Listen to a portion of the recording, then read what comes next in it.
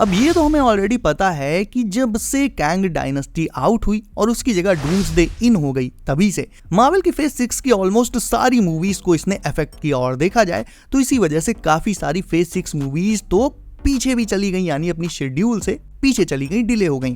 For example Scarlet Witch की solo movie जो पहले आनी थी सीक्रेट वॉर्स के पहले, यानी जब कैंग डायनेस्टी आने का प्लान था तब स्कारलेट विच की भी एक सोलो मूवी सीक्रेट वॉर्स से पहले आनी थी। बट अब वो स्कारलेट विच की सोलो मूवी वो आएगी सीक्रेट वॉर्स के बाद। ऑल्दो फिकर नॉट, स्कारलेट विच का रिटर्न तो हो ही रहा है। मोस्ट प्रोबेबली अभी अगाथा के लास्ट एपिसोड तक ही वो वापस आ जाएगी। एटलीस्ट उसे टीज तो कर ही दिया जाएगा, क्योंकि डूम्सडे एंड सीक्रेट वॉर्स में रिपोर्टेडली वांडा का एक बहुत ही इंपॉर्टेंट एंड बहुत ही बड़ा रोल होने वाला है। देखा जाए तो फिलहाल मार्वल के दो मोस्ट इंपॉर्टेंट फेसेस में से एक स्कारलेट विच ही है एंड दूसरा है ऑब्वियसली हमारा पवित्र प्रभाकर। सो अब फेज 6 में और क्या क्या नए लेटेस्ट चेंजेस हुए हैं एंड कौन कौन सी मूवीज डिले होंगी और कौन सी मूवीज आपको उम्मीद से पहले देखने मिलेंगी, सब बताता हूँ। तो स्कारलेट विच की सोलो मूवी के अलावा जो मार्वल प्रोजेक्ट्स डिले हुए हैं वो हैं नोवा एंड मिडनाइट सन्स। अब मिडनाइट सन्स के members like Ghost Rider, Blade, Moon Knight, इन सभी कैरेक्टर्स को अगर आप देखोगे तो ये सब बहुत बैड एस हैं एंड इनके शोज एंड मूवीज का हिट होना ऑलमोस्ट पहले से ही तय रहता है। बट फिर भी ये डिले क्यों हो रहे हैं और इनकी जगह हमें आयरन हार्ट जैसे लैट्रीन टाइप के शोज क्यों मिल रहे हैं, ये मैंने आपको अपनी लास्ट वीडियो में भी बताया था, मतलब लास्ट के पहले वाली। एक्चुअली ये जो डिलेड मूवीज हैं ब्लेड जैसी, इन्हें मार्वल अपने सॉफ्ट रिबूट के बाद लाने का प्लान कर रहा है, क्योंकि मार्वल के नेक्स्ट सागा में वैसे तो सारे हीरोज पर उसका फोकस रहेगा, लाइक म्यूटेंट्स पर और जो नए एवेंजर्स आएंगे उन पर, बट मेन जो स्पॉटलाइट है वो रहेगी सुपर नेचुरल हीरोज पर, यानी जो हीरोज मैजिकल साइड से जुड़े हुए हैं like Ghost Rider, Blade, Moon Knight. इनका ऐसा कोई साइंटिफिक ओरिजिन नहीं है, सारे के सारे magic and super natural powers possess करते हैं और मिडनाइट सन्स का लीडर रहने वाला है ब्लेड। सो ओवरऑल पहले जो मिडनाइट सन्स सीक्रेट वॉर्स से पहले रिलीज होनी थी, अब वो सीक्रेट वॉर्स के बाद मार्वल के सॉफ्ट रिबूट के भी बाद आएगी। अब टेक्निकली देखा जाए तो ब्लेड उसका एमसीयू में डेब्यू ऑलरेडी हो चुका है और मैं नए वाले ब्लेड की बात कर रहा हूं, मैं वेजली स्नाइप्स के डेडपूल एंड वुल्वरीन रिटर्न की बात नहीं कर रहा हूं। इटर्नल्स के पोस्ट क्रेडिट सीन में हमें ब्लेड की वॉइस साफ साफ सुनाई दी थी। Basically that was just one line but still it was him.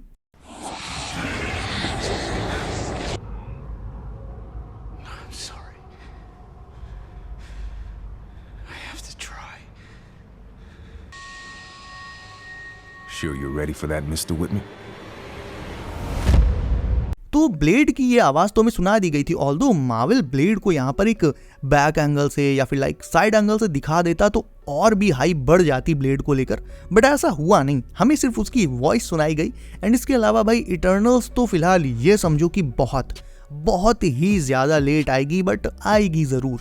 तो देखा जाएगा इस तो ब्लेड एक तरह से रीबूट के बाद वाले हीरोज की टीम का निक फ्यूरी होगा, जो उन्हें असेंबल भी कर सकता है, लीड तो करेगा ही ऑब्वियसली। एंड डोंट वरी, ये सारी मूवीज आनी है और आएंगी भी, बट सीक्रेट वॉर्स और मार्वल रीबूट के बाद आएंगी। बाय द वे स्पाइडरमैन 4 पर भी एक छोटी सी साइड अपडेट दे देता हूं आपको। इसे लेकर टॉम हॉलैंड ने रिसेंटली ये कहा है कि मूवी पर काम अब शुरू हो चुका है, लेकिन बहुत से ऐसे पीसेस हैं मूवी के जिन्हें उनकी सही जगह भी नहीं मिल पाई है और उन्हें उनकी सही जगह पर अभी सेट नहीं कर पाए हैं वो, यानी मूवी के कुछ पॉइंट्स ऐसे हैं जिन्हें कैसे एग्जीक्यूट किया जाना है ये अभी डिसाइड नहीं हो पाया। क्योंकि भाई मैंने आपको बताया था कि अल्टीमेटली सोनी ये चाहता था कि स्पाइडरमैन 4 एक बड़ी मल्टीवर्सल मूवी हो, नो वे होम से भी बड़ी, और मार्वल चाहता था कि ये ग्राउंडेड मूवी हो। तो दोनों में अल्टीमेटली कॉम्प्रोमाइज हो गया कि ये पहले तो एक बेसिक और ग्राउंड लेवल मूवी रहेगी, बट इसका एंड आते आते ये मल्टीवर्सल एस्पेक्ट पकड़ लेगी, क्योंकि अल्टीमेटली इसे सीक्रेट वॉर्स की स्टोरी लाइन से भी कनेक्ट करना है। तो ये चीज करने में काफी टाइम लग रहा है। ये चीज खुद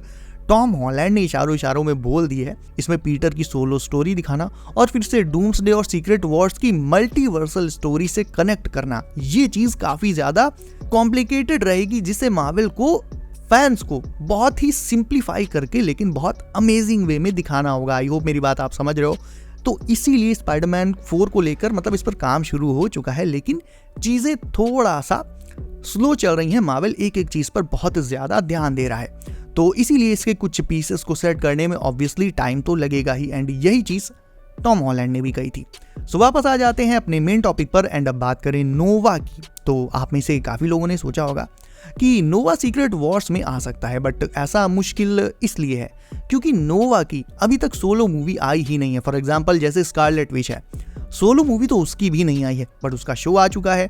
मल्टीवर्स सागा में उसे इतने पॉइंट्स पर टीज किया जा चुका है, पिछले सागा में तो हम उसे देखते हुए ही आए हैं, मल्टीवर्स ऑफ मैडनेस में तो उसका क्लियर कट अपीयरेंस ही हो चुका है। तो भाई वांडा को सब जानते हैं कि वो कौन है, क्या चीज़ है। नोवा को ऐसा कोई देखा जाए तो जानता नहीं है क्योंकि उसका अभी डेब्यू हुआ ही नहीं है। इसीलिए सीक्रेट वॉर्स की स्टोरी लाइन में नोवा को आखिरकार मार्वल लाए तो किस पॉइंट पर लाए, किस पॉइंट पर डाले उसे जहां उसकी एंट्री एकदम लॉजिकल लगे। और फेज 6 की मूवीज की जो स्लेट है दोस्तों, वो ऑलरेडी पूरी की पूरी फुल है, उसमें नई मूवीज के लिए जगह है ही नहीं। सारी की सारी मूवीज की जो डेट्स हैं वो पहले से ही डिसाइडेड है। बहुत सी अनअनाउंस्ड मूवीज है, अनटाइटल्ड मूवीज है जिनके टाइटल को अभी रिवील नहीं किया गया है, बट ये तय हो चुका है कि हाँ इस डेट को एक कोई मार्वल मूवी आनी है। तो नोवा का सीक्रेट वॉर्स में आ पाना इस पॉइंट पर बहुत बहुत ही मुश्किल है गाइस। ये भी एक तरह से कह सकते हो डिले होगा, ये आएगा सॉफ्ट रिबूट के बाद। अब अगली जिस मार्वल मूवी के बारे में मैं आपको बताने जा रहा हूँ वो तो समझो कि उसकी किस्मत ही खराब है, आर्मर वॉर्स।